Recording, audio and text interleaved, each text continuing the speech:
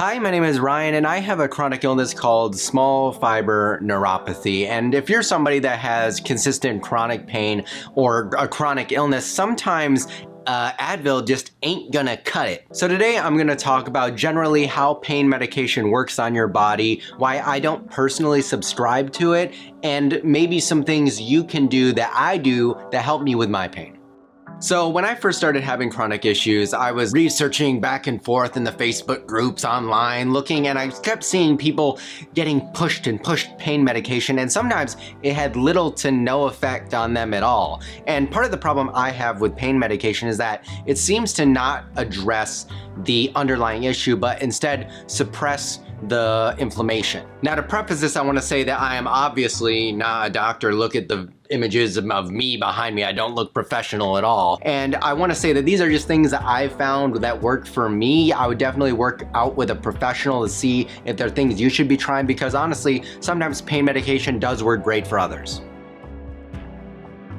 So the issue in a lot of people's bodies, especially when you have a chronic pain problem, is that you're in a constant state of inflammation. For me, I'm like in a constant state of fight or flight all the time. And the thing with pain medication is it basically goes in there and it suppresses a thing called the prostaglandins, which basically is a substance that sensitizes the nerves around the damage and makes it so you don't feel the pain as much. Your inflammation is your body's natural response to taking care of a problem, but ours, if we're in a chronic illness, is out of whack. And the issue I have with the pain medication itself is that it doesn't address the underlying issue. It just hides the symptom of that issue. Now, I'd rather get at the root cause, if possible. Now, the other issue I kind of have with it is that there have been some studies out there of long-term use of some of these more higher dose pain medications and their effects on your gut microbiome. I'm sure you might have heard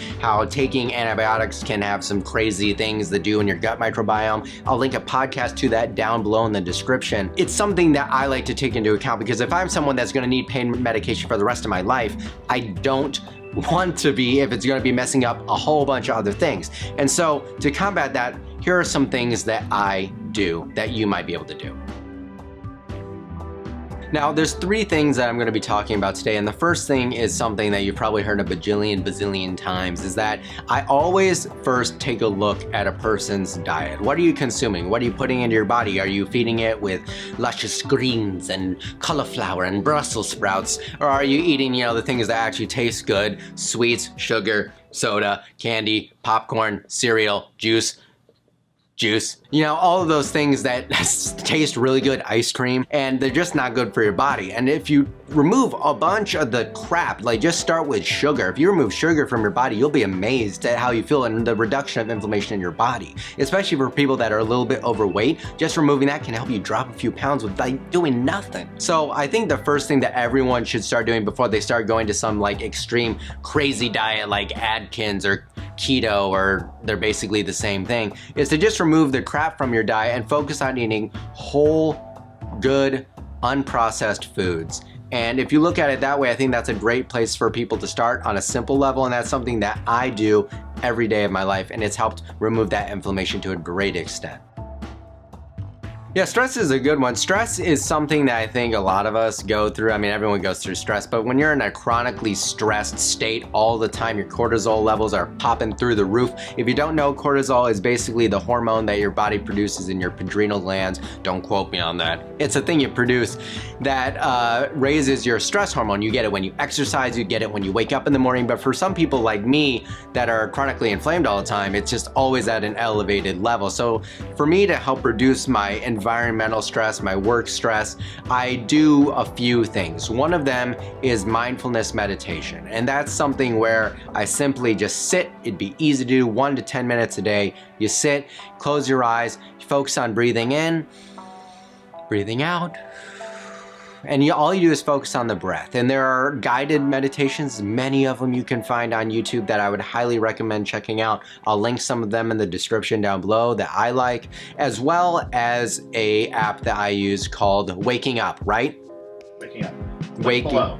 link below. And so that's something that we used to do every day in work, and I really want to start implementing again, because I think stress reduction, I would argue, is 80 to 90% of people's problem when they have chronic illness. Stress has just made everything worse for me and my pain. And if you're going through pain in general, stress is just going to add some extra level on top of it. And by taking it down a notch through an easy thing like meditation, again, 1 to 10 minutes a day, why the heck not? Give it a shot. All right, your diet's in check, you're feeling zen as F, you're freaking Gandhi already, you're doing good. You're doing the first 2 things, but I'm not done, okay? I said there were 3 things, and here's the 3rd thing I wanna talk about. And it's something you've probably heard many a time, and that's exercise. I hear the panics in the faraway corners of the office over there. Now, everybody that deals with chronic pain is at different levels of their physical ability. Some people can't move at all, some people are stuck in a wheelchair, some people are bedbound,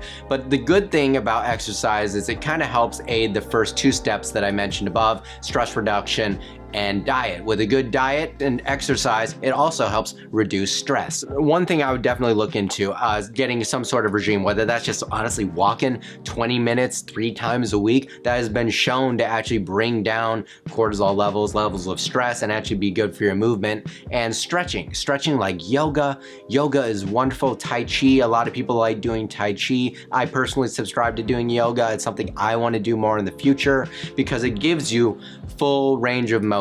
And something that's great about full range of motion is it works your body through all the steps that you are made to move in, all the planes. And that's something that with chronic illness and you starting to get into this degenerative state, it's something that's very important to keep the ability to do, especially if you want to keep going and being as active as you can be and live your best life. So if you want to live your best life, I would definitely look into those things. Maybe start out small, get a physical therapist, go there, have them teach you some stretches, some body movements, some full range of motion that you can do at home, work with them, and then maybe down the line you can do what I've done and get a personal trainer if you can afford it. If not, there are plenty of tutorials here on YouTube. I actually have an exercise video I'll put right up here in a card that you can check out on things that I do at the gym with my personal trainer.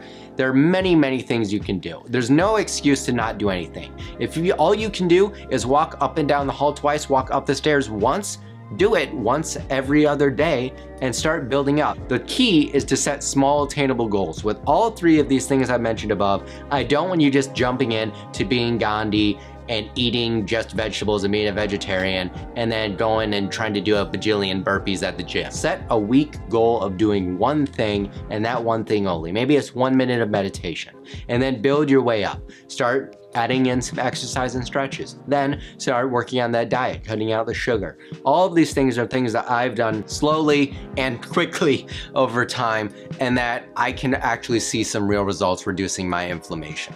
So if you have any other ideas, I would love to hear if they've helped you. Reach out to me on Instagram at Ryan Mitchell Brown. I'm always down for a chat, hearing about things that you're going through and ways to help other people. Now, there are also 2 videos here up on the screen. I don't know where. If you want to watch some more content, some more helpful tips, give it a look-see. And remember, I will probably see you in the next video.